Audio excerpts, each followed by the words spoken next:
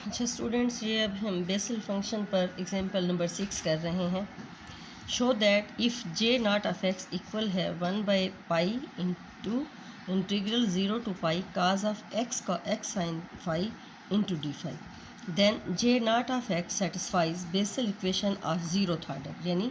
अगर जे नॉट इस तरह दिया हुआ हो तो ये जो है वो कहते हैं कि बेसल डिफरेंशियल इक्वेशन जो है उसको ज़ीरो ऑर्डर को सेटिस्फाइड करेगा solution. As we know that Bessel equation of nth order, हमने अभी बेसल इक्वेशन का सोल्यूशन भी किया था। हमारे पास Bessel equation of nth order जो गिवन है वो है d2y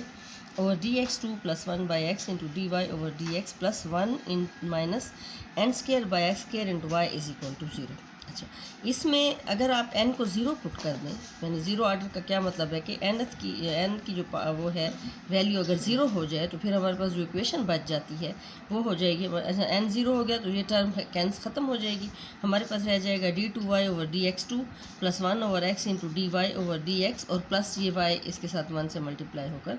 y is equal to 0। Let this is equation A. हमने अब ये प्रूव करना है कि ये जो जे नॉट गिवन है ये इस जे नॉट ये जो है इस इक्वेशन को सेटिस्फाई करता है। ये हमारी ज़ीरो ऑर्डर की बेसल डिफरेंशियल इक्वेशन है, ठीक है, ज़ीरोथ ऑर्डर की। तो अब हमने ये शो करना है कि ये मतलब इसको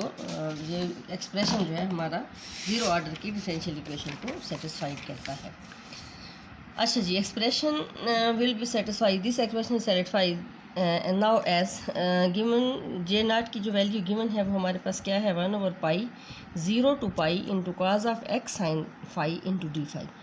late J naught is equal to है वाई। हम इसको जे नॉट को अगर वाई पुट कर दें तो वाई हमारे पास हो जाएगा 1/पाई into 0 to pi cos of x sine of phi into d phi. इसी let is this is equation is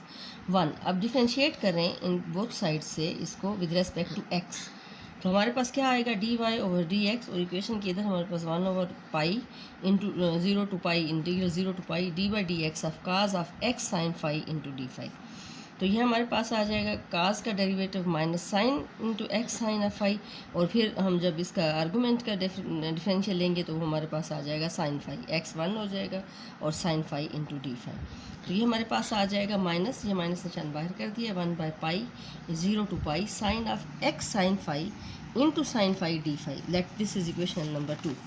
again differentiating both sides with respect to x. अब इसी इक्वेशन को दोबारा डिफ्रेंशिएट कर लें विद रेस्पेक्ट टू एक्स, तो हमारे पास क्या आ जाएगा d2y over dx2 is equal to minus 1/पाई into d/dx of sine x into sine of phi into sine of phi. ये हमारा ये वाली इक्वेशन थी, इसी सारी को हमने d/dx इसको वंस अगेन हम डिफ्रेंशिएट कर रहे हैं।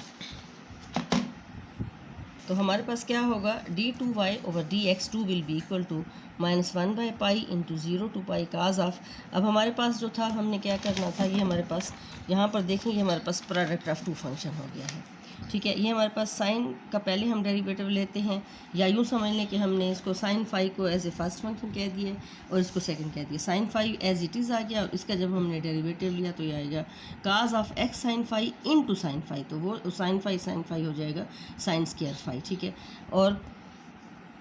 माइनस ये हमारे पास आ जाएगा, यानी माइनस इंटू 1/पाई cos of x sine phi into sine square phi, ये इसका साइन स्क्वायर हो जाएगा, ठीक है। Equation number 3। Now from equation 2, ये हमारी इक्वेशन 2 थी अगर आपको याद हो, ये जो हमारा फर्स्ट डेरिवेटिव था ना, sine of x sine phi into sine phi d phi. तो ये हमारे पास आ रहा है, ये हमारी इक्वेशन आई है cos of x sine phi into sine square phi into d phi. अब हमारे पास dy ओवर dx ये जो गिवन था माइनस 1/पाई into sine of x sine phi into sine phi d phi. इसमें हमने इसको देखें कि हमारे पास था ना sine of x sine phi into sine phi into d phi. इसको अगर आप इंटीग्रेट करें बाय पार्ट्स, ठीक है, जैसे प्रोडक्ट ऑफ टू फंक्शन से हम करते हैं, तो ये हमारे पास हो जाएगा sine of x sine phi first function into integral of the second sine of phi into d phi minus integral minus differential of the first into integral of the second, जो हमारा वो है प्रोडक्ट ऑफ टू फंक्शन का integral का formula है। तो ये हमारे पास हो जाएगा, इसका इंटीग्रल जो होगा वो हमारे पास आ जाएगा माइनस कास फाई, और उसकी लिमिट हमने डालनी है 0 to पाई। जब हम पुट करेंगे तो दिस गोज़ टू 0। और सेकंड पोर्शन जो था हमारा उसमें ये हमारे पास ये माइनस 1/पाई और ये माइनस को प्लस कर देगा, ये आ जाएगा 1/पाई इंटू ये आ जाएगा हमारे पास साइन का d/d फाई ऑफ साइन का x sine of x sine phi आपके पास आ जाएगा, cos of x sine phi into derivative of x sine phi. तो अब डेरिवेटिव एक्स साइन फाई करेंगे तो ये एक्स, चूँकि ये derivative with respect to phi है तो एक्स एज इट इज़ रहेगा, और साइन फाई का डेरिवेटिव हमारे पास आ जाएगा कास फाई, ठीक है। और इंटू, अच्छा ये माइनस कास, इसका डेरिवेटिव आएगा माइनस कास फाई, ठीक है। कास फाई और माइनस कास फाई तो पहले से हमारे पास मौजूद था ना, ये जो हमने इसका इंटीग्रल करना था ना, इसका जो इंटीग्रल ऑफ साइन फाई, ये हमारे पास आ गया था माइनस कास फाई, ठीक है। Integral of this is minus cos phi, और इसका जो हमने डेरिवेटिव लिया है इसका फर्स्ट वाले का, ये आएगा cos of x sine phi into derivative of the argument, वो हमारे पास आ जाएगा एक्स इंटू कास फाई। तो ये हमारे पास आ जाएगा 1/पाई और इंटू ये माइनस, इस माइनस को ख़त्म करेगा, हमारे पास आ जाएगा 1/पाई into 0 to pi cos of x sine phi into x और ये हो जाएगा कास स्क्वायर फाई, ये आ जाएगा माइनस, अच्छा माइनस कास स्क्वायर फाई हमने अभी इसको एज इट इज़ रहने दिया है, माइनस कास स्क्वायर फाई, ठीक है। अच्छा जी, अब हम लेते हैं बाहर, ये एक्चुअली ये माइनस इस माइनस से ख़त्म हुआ था, ये फार्मूले में जो माइनस आया था ना वो इस माइनस से ख़त्म हुआ था, और ये माइनस एज इट इज़ था, तो ये माइनस अब हमने बाहर ले लिया तो ये आ जाए, और एक्स को भी बाहर ले लिया, तो x/पाई into 0 to pi cos of x sine phi into cos square phi into d phi. अच्छा जी, इसको आप cos square phi into d phi को मैं लिख रही हूँ 1 माइनस साइन स्क्वायर फाई, ये हो जाएगा cos of x sine phi into 1 minus sine square phi into d phi.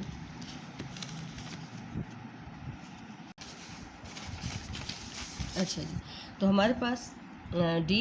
Over dx आ जाएगा माइनस x/पाई into cos of x sine phi into d phi, और x/पाई into cos of x sine phi into sine square phi. ये हमारे पास दो चीज़ें आ गई ना, एक हो गया 1 माइनस साइन स्क्वायर थीटा, तो यहाँ से एक हो जाएगा ये सारा काज ऑफ एक्स साइन फाई पहले 1 से मल्टीप्लाई होगा, और फिर जब इससे मल्टीप्लाई होगा माइनस साइन स्क्वायर फाई से तो ये वाला माइनस उसको प्लस कर देगा, हमारे पास आ जाएगा x/पाई 0 to pi cos of x sine phi into sine square phi into d phi. ये हमारे पास आ जाएगा cos of x sine phi into d phi plus x into 1/पाई pi over 0 to pi cos of x sine phi into sine square phi. अच्छा जी, आप देखें कि ये जो है ये हमारे पास ये वाला जो है इसके यानी x के अलावा ये सारा जो है हमारे पास है यानी फ्राम 1 ये y के इक्वल है, जो हमारी गिवन इक्वेशन अगर आपको याद हो हमने शुरू में जो पुट किया था ना कि let y is equal to 1/पाई into 0 to pi cos of x sine phi into d phi. तो ये जो फर्स्ट एक्सप्रेशन हमारे पास है ना ये वाला, ये रिप्रेजेंट कर रहा है y को, और जहाँ पर इस इंटीग्रल के अंदर जो सेकंड एक्सप्रेशन है वो d2y ओवर dx2 को, ये हमने जो d2y ओवर dx2 निकाला था आपको याद हो तो ये हमारे पास आ गया था -1/पाई, और इसको इक्वेशन हमने जो 2 कहा था 3, ये हमारे पास आ गया 1/पाई। देखें ये हमारे पास आ गया है ना 1/पाई integral 0 to pi cos of x sine phi into sine square phi, ये हमारे पास आ गया है ये d2y ओवर dx2 का एक्सप्रेशन, ये हो गया d2y ओवर dx2 का एक्सप्रेशन, ये हो गया y का। तो हमारी इक्वेशन कैसे बन गई, dy over dx is equal to minus x into y और plus x into d2y over dx2, ठीक है। फिर हमारे पास क्या था इक्वेशन के इधर हमारे पास था dy ओवर dx, इसको हम यूँ भी लिख सकते हैं कि x d2y over dx minus है सबके साथ, और -1/x into dy over dx और माइनस xy, एक्चुअली क्या किया है x से थ्रू आउट डिवाइड कर दिया तब इक्वेशन पूरी को, तो हमारे पास आ जाएगा यहाँ पर d2y ओवर dx2, और यहाँ से जो dy ओवर dx है उसके साथ आ जाएगा 1/x, ये dy ओवर dx जो था ये आ जाएगा 1/x into dy over dx, और xy के साथ x कैंसिल हो जाएगा और हमारे पास सिर्फ y रह जाएगा। तो फाइनली हमारी जो इक्वेशन आएगी वो है d2y over dx2 plus 1/x into dy over dx plus y is equal to 0। हमने y को पुट किया था j0 ऑफ x, ठीक है, तो इसको j0 ऑफ x को अगर पुट कर लें तो ये इक्वेशन जो हमारे पास सेटिस्फाई हो रही है ये वही इक्वेशन है जो कि बेसल डिफरेंशियल इक्वेशन है जो 0th ऑर्डर की। सो तो ये j0 x जो है इसने इस इक्वेशन को सेटिस्फाइड किया है, हैंस प्रूव। अच्छा जी स्टूडेंट्स, अब हम जनरेटिंग फंक्शन जो है ना इसका बेसल पॉलिनोमियल जो है इसका जो जनरेटिंग फंक्शन है वो हम डिस्कस करते हैं कि वो क्या है। Generating function of Bessel polynomial, ठीक है।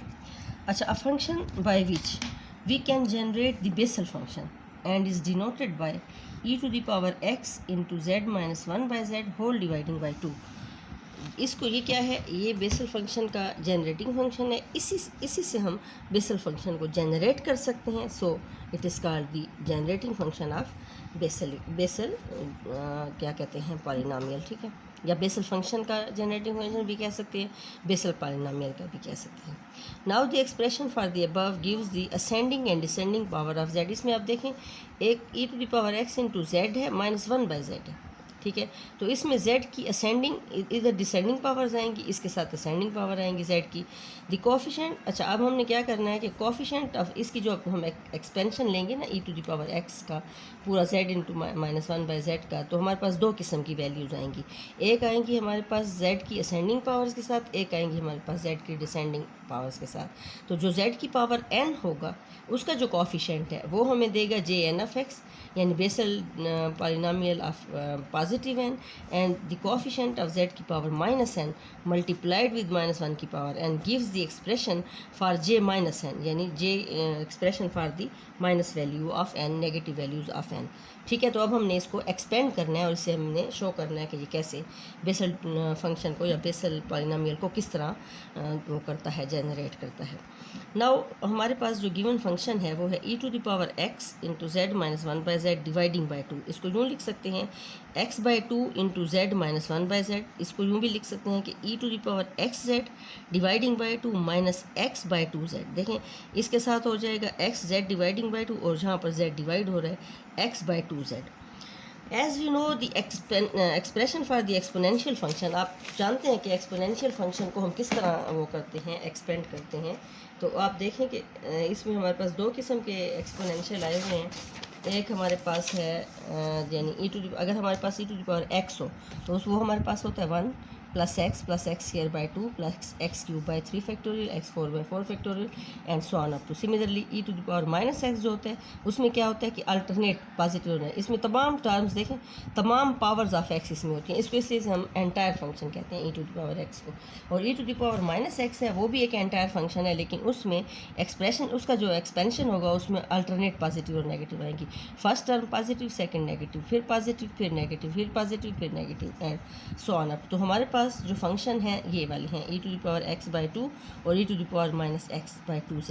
यानी यहाँ पर x के बजाय हमारे पास एक्स जेड बाई 2 है और माइनस एक्स बाई 2z है. अच्छा e to the power x z by 2 हमारे पास क्या आएगा 1 प्लस एक्स जेड बाई 2, इसकी तरह 1 plus x square by 2 factorial x cube इस तरह. अच्छा x z by 2 into plus x z by 2 whole power 2 dividing by 2 factorial, x z by 3 whole power 3 dividing by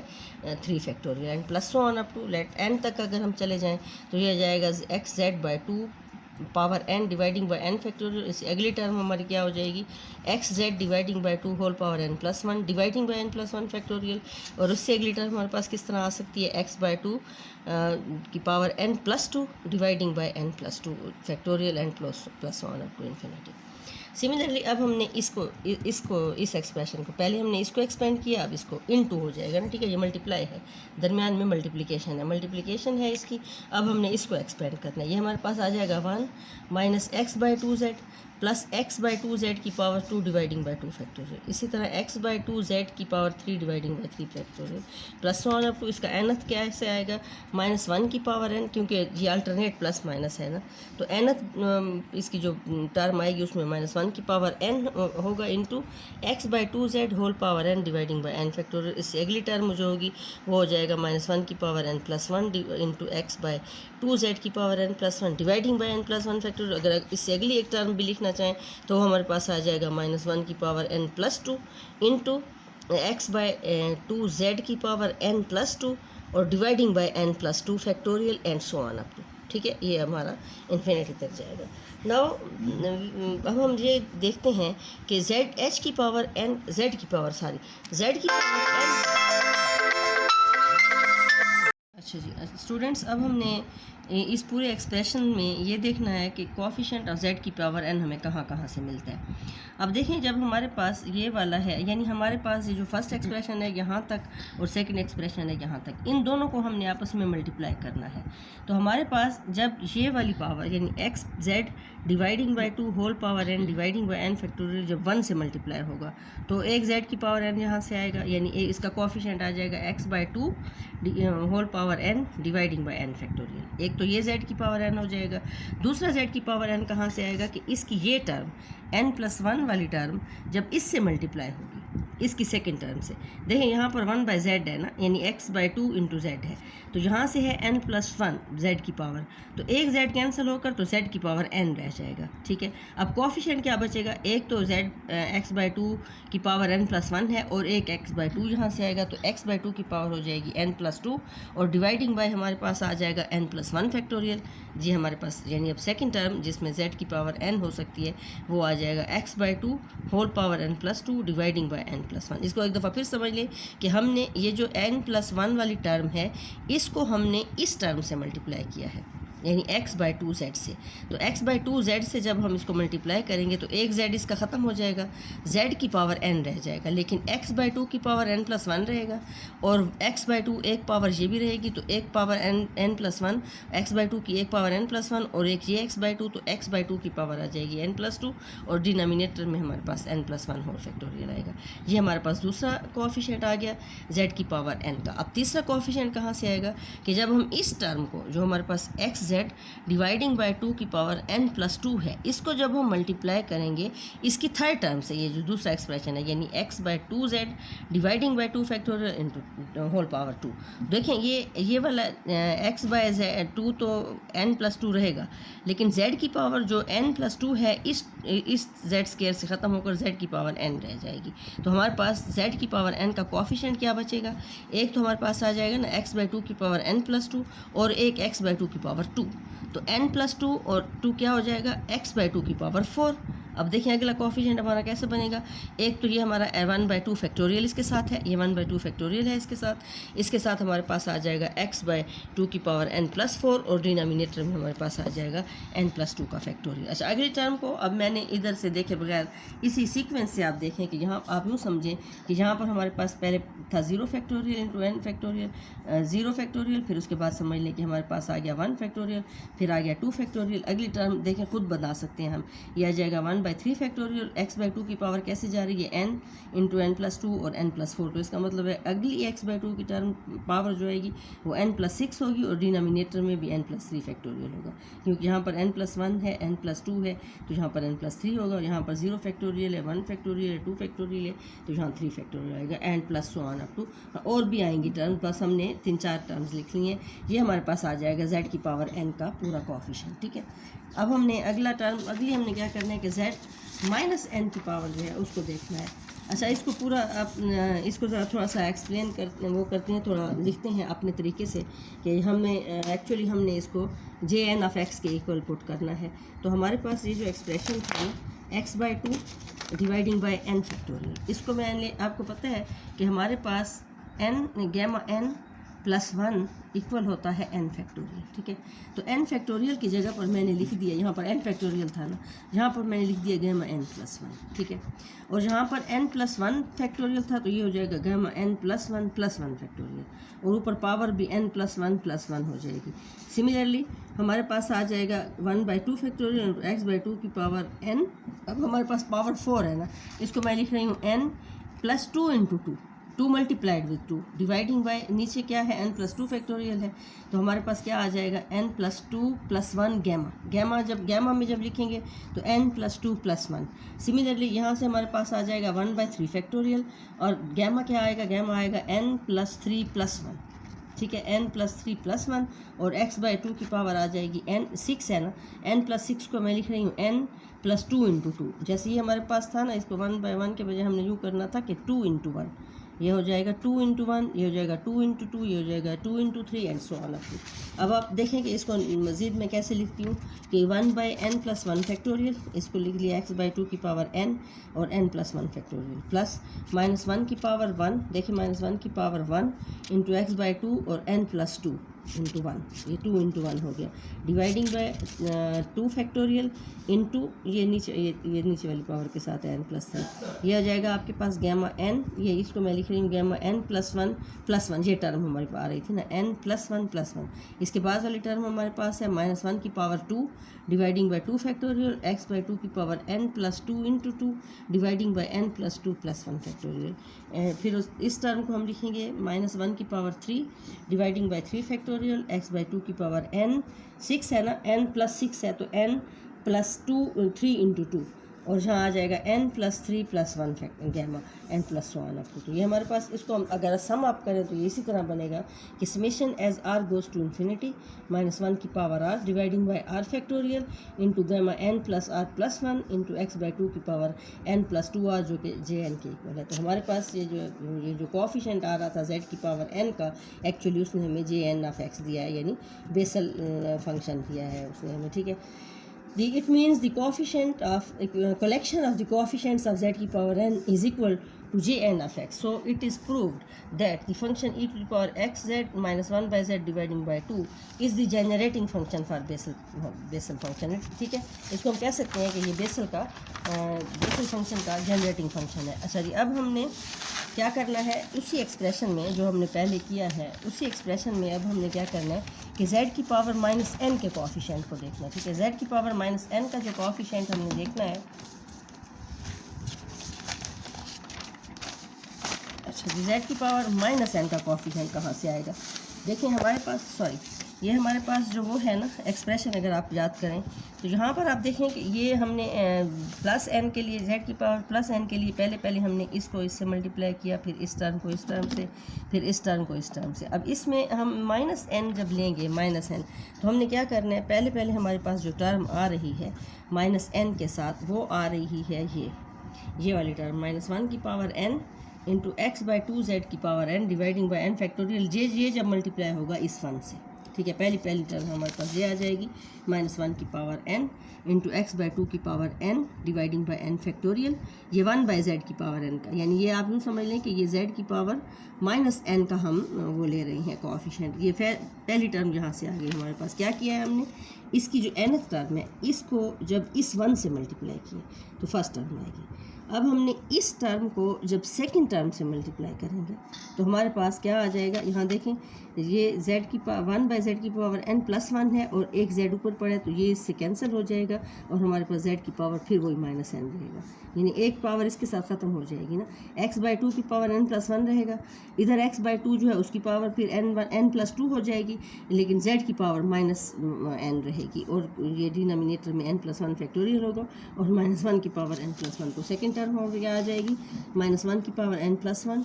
dividing by n plus 1 factorial into x by 2 की power n plus 2 dividing n by 2 dividing by n plus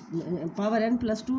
N x by 2 की। देखिए आप इसको एक दफ़ा फिर समझ लें कि हमने क्या किया है कि ये जो हमारे पास जो माइनस, यानी जो डिनोमिनेटर में z था, उसकी जो ये टर्म थी ना जिसमें पावर n थी, x बाई 2 z की power n dividing by n factorial into -1 की पावर n, इसको हमने मल्टीप्लाई किया 1 से, इस 1 से। ठीक है, ये हमारे पास आ जाएगा, पहली टर्म ऐसे आ गई। अब दूसरी टर्म कैसे आएगी कि इसकी सेकंड टर्म और इसकी n प्लस 1 वाली टर्म, इस टर्म को जब हम मल्टीप्लाई करते हैं आपस में तो एक z इसका ये वाला ख़त्म हो जाएगा, z की पावर n प्लस 1 है तो z -n है ना, यहाँ पर -n-1 है, तो एक उससे ख़त्म होकर तो हमारे पास z की पावर -n रहेगा और हमारे पास जो कोएफिशिएंट आएगा वो कैसे होगा, एक तो ये x की पावर 2 आएगा और ये x की पावर 2 की पावर n प्लस 1 है और ये उसके साथ मिलकर उसको n प्लस 2 कर देगा, तो सेकंड टर्म हमारी x बाई 2 की पावर n प्लस 2 हो गया और नीचे डिनोमिनेटर में n प्लस 1 फैक्टोरियल। फिर थर्ड टर्म हमारी कैसे आएगी इसकी, ये वाली जो वो है, यानी इसकी जो हमारे पास अगली वैल्यू जो है जो n प्लस 2 के साथ है, -1 की पावर n प्लस 2 है और इसके साथ दो x बाई 2 z की पावर भी n प्लस 2 है dividing by n plus 2 factorial है। इसको जब हम इसकी इधर थर्ड टर्म से मल्टीप्लाई करेंगे, ये वाली थर्ड टर्म जिसमें x z बाई 2 की पावर 2 है, तो ये z माइनस यानी माइनस जेड माइनस टू है ना, तो ये एक टू इससे ख़त्म हो जाएगा जेड का, और जेड की पावर माइनस जेड रहेगा। और एक्स बाई टू की पावर टू है, और यहाँ पर एक्स बाई टू की पावर 4 प्लस टू यानी एन प्लस 4 टू है, तो ये एन प्लस 4 हो जाएगी। माइनस वन की पावर एन प्लस टू और डिवाइडिंग बाई टू फैक्टोरियल, ये वाला टू फैक्टोरियल, और dividing by N plus two factorial, और इंटू एक्स बाई टू की पावर एन प्लस 4 एन। और अगली टर्म आप खुद से देखिए, हम खुद से इसको आप सीक्वेंस में आ रही है ये टर्म, अगली टर्म हम खुद से बनाते हैं कि माइनस वन की पावर पहले था वन एन, फिर था एन प्लस वन, फिर माइनस वन की पावर एन प्लस टू, फिर आ जाएगा यकीनन एन प्लस थ्री, जहाँ पर हमारे पास टू फैक्टोरियल, यहाँ पर समझिए वन एन जीरो फैक्टोरियल, फिर वन फैक्टोरियल, फिर टू फैक्टोरियल, फिर यहाँ पे आ जाएगा थ्री फैक्टोरियल, और जहाँ से एन प्लस वन फैक्टोरियल है, फिर एन प्लस टू फैक्टोरियल, तो ये एन प्लस थ्री फैक्टोरियल आएगा। और पावर हमारे पास आ रही है एक्स बाई टू की पहले एन है, फिर एन प्लस टू है, फिर एन प्लस फोर है, तो यहाँ से हमारे पास क्या आएगा एन प्लस सिक्स, यानी एक्स बाई टू की पावर आ जाएगी n plus six N plus one. इसमें आप देखें कि माइनस वन की पावर एन अगर कॉमन ले लें तमाम टर्म में से, इस टर्म में तमाम में माइनस वन की पावर एन मैंने कॉमन ले लिया, तो हमारे पास क्या आएगा एक्स बाई टू की power n dividing by n factorial. इधर एन हमने कॉमन ले लिया, तो माइनस वन की power one into x by two की power N plus two dividing by N plus one factorial, plus minus one की power two, ये n चला गया ना, ये माइनस वन की पावर टू रह गया, माइनस वन की power two into x by two की power N plus four dividing by two factorial into N plus two factorial, और माइनस वन की power three dividing by three factorial X by two की power N plus six N plus one dividing by N plus three factorial. अब देखें कि minus one की power N जब हमने इसको लिखा है बाहर, ठीक है, माइनस वन की पावर एन, और अंदर क्या है, अंदर वही एक्सप्रेशन है जो हमने पहले निकाला है जे एन ऑफ एक्स का, माइनस वन की पावर एन है और ये सारा जे एन ऑफ एक्स है। तो हम जानते हैं कि माइनस वन की power n into j n of x किसके इक्वल है, j minus n of x के। तो इसका मतलब है ये भी हमने प्रूव कर लिया कि जे माइनस एन भी इसी से जनरेट हुआ है, और जे प्लस एन भी इसी से जनरेट हुआ है। सो it is the generating function for the Bessel function.